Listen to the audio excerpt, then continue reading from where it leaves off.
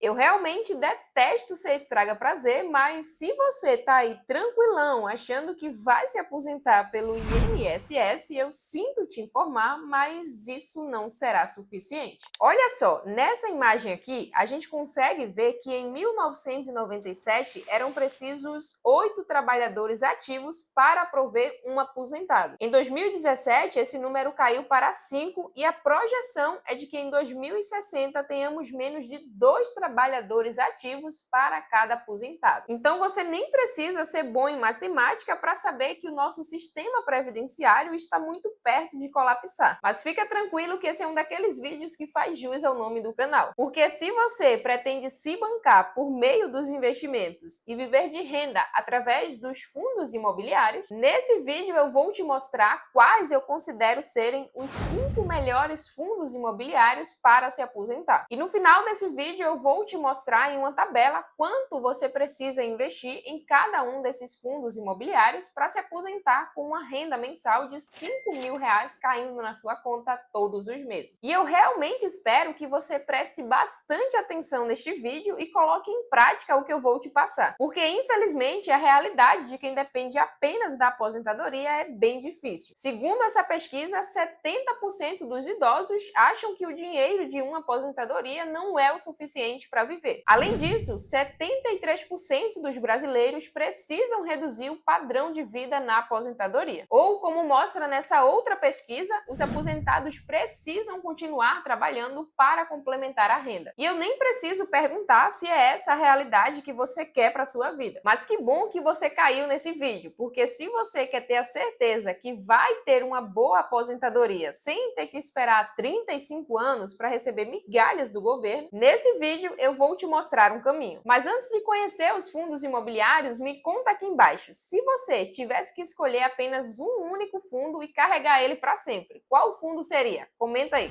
E o primeiro fundo imobiliário que eu separei aqui pra gente é o HGLG11. Ele é um fundo imobiliário do segmento de logística. Sua cotação no dia de hoje está custando R$ 161,16. Ele entregou um dividend yield nos últimos 12 meses de mais de 8%. E lembrando que este rendimento é isento da cobrança do imposto de renda. Além disso, seu P sobre VP está em 1,02, muito próximo do seu valor patrimonial. Porém, já te adiantando, essa não é a melhor forma de você avaliar se um fundo imobiliário de tijolo está custando um valor justo a se pagar. Além disso, ele vem apresentando uma liquidez média diária de 7 milhões. Ou seja, se você precisar comprar mais cotas ou se desfazer das cotas atuais que você tem, você não terá nenhum problema. Bem diferente, por exemplo, se a gente tenta se desfazer de um imóvel físico, por exemplo, que pode levar meses e até anos. Além disso, esse fundo aí teve uma variação nos últimos 12 meses de quase 11%. Rolando aqui embaixo, a gente consegue ver que o valor patrimonial desse fundo está em mais de 5 bilhões de reais, então é realmente um fundo bem robusto. Como eu falei, ele é do segmento logístico, sua vacância está em 6,90%, o que para um fundo de logística é dentro do que a gente espera realmente, e sem contar que através de uma gestão ativa por parte do fundo, essa vacância vem sendo reduzida aí com o passar do tempo, o que é excelente. Afinal de contas, enquanto investidores, a gente quer que a maior parte dos imóveis daquele fundo estejam alugados, porque quanto mais aluguel aquele fundo recebe, maior será o nosso dividendo. Esse fundo já tem aí mais de 470 mil cotistas, é realmente uma base muito grande, e ele inclusive é considerado o melhor fundo logístico da bolsa e entregou aí um último rendimento de R$ 1,10 por cada cota. E a lógica é muito simples, quanto mais cota você tiver, maior vai ser esse rendimento que você receberá. Rolando um pouco mais aqui para baixo, a gente consegue ver a entrega dos dividendos do HGLG11. Como você pode ver aqui, é muita linearidade e previsibilidade na entrega dos dividendos. Afinal de contas, quando a gente pensa em montar uma carteira estruturada para a aposentadoria, o ideal é que os fundos imobiliários entreguem um dividendo com muita constância e não oscilem tanto. E nesse caso aqui, como você pode ver, ele vem entregando aí com uma certa constância. Desde julho de 2021, há quase 2 anos, ele vem entregando aí R$ 1,10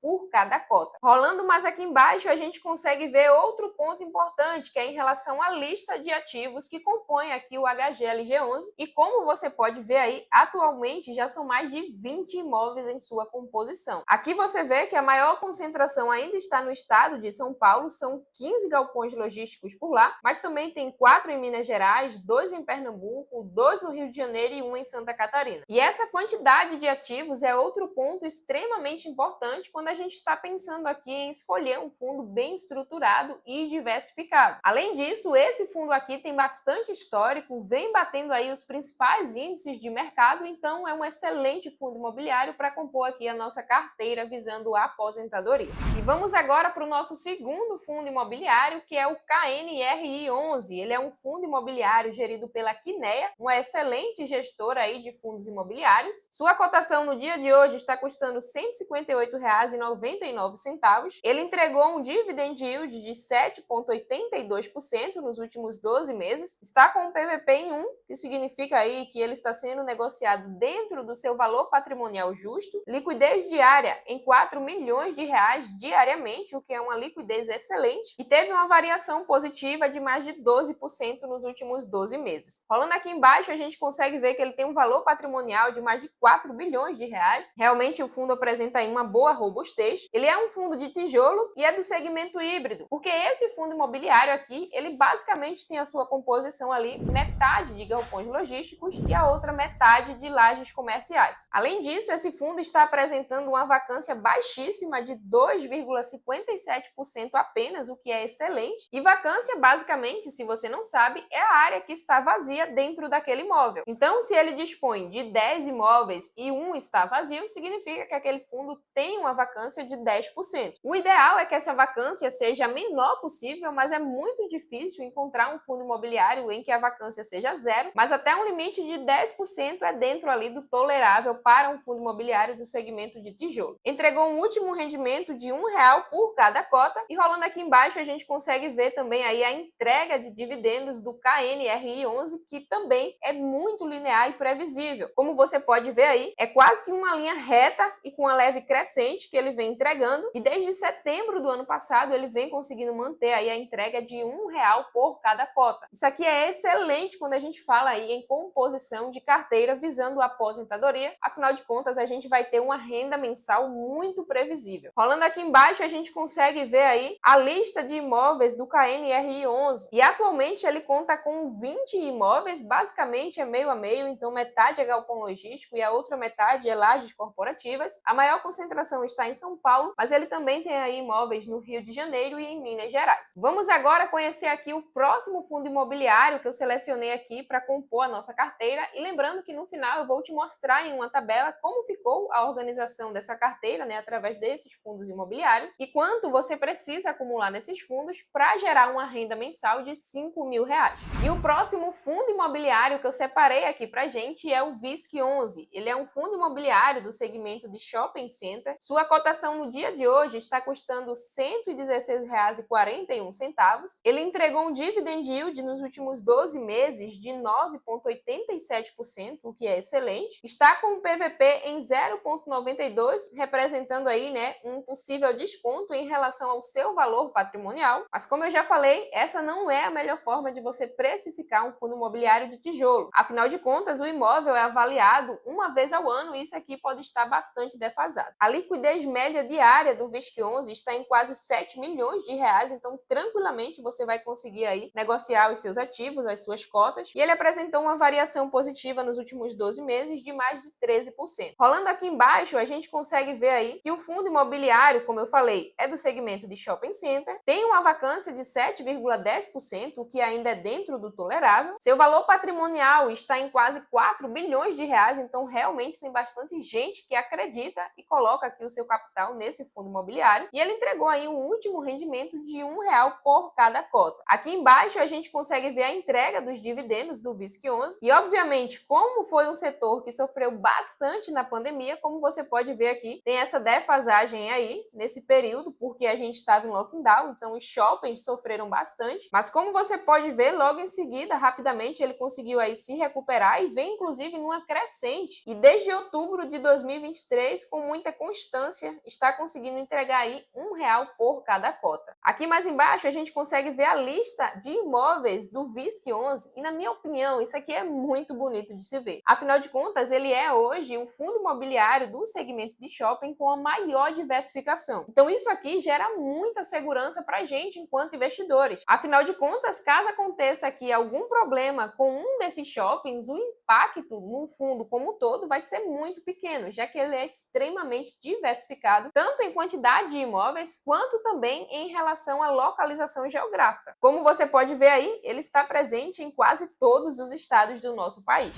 Acabei de te mostrar os 3 primeiros fundos imobiliários da nossa lista, sendo um do segmento logístico, um do segmento híbrido e esse último do segmento de shopping center. E esses 3 fundos imobiliários vão representar aí 60% da nossa carteira. E vou te mostrar agora os próximos 2 fundos imobiliários que vão ser do segmento de papel, representando 40% da carteira. Então, no final, a nossa configuração aqui vai ficar 60-40, sendo 60% de tijolos e 40% do segmento de papel. E se você está começando agora a investir e tem uma certa dificuldade ou ainda não sente tanta segurança para escolher os seus próprios ativos e fazer essa análise, como eu estou te mostrando aqui, além de montar uma estratégia para compor a sua própria carteira, eu tenho uma mentoria financeira onde eu te ajudo com isso. Vou deixar o link aqui embaixo caso você queira participar. Mas agora vamos para o nosso próximo fundo imobiliário, que é o queridinho aí de muitos investidores, o MXRF11. Atualmente, no dia em que estou gravando esse vídeo, sua cotação está em R$ 10,21, então é extremamente acessível você comprar uma cota desse fundo imobiliário. Basicamente, com R$ 10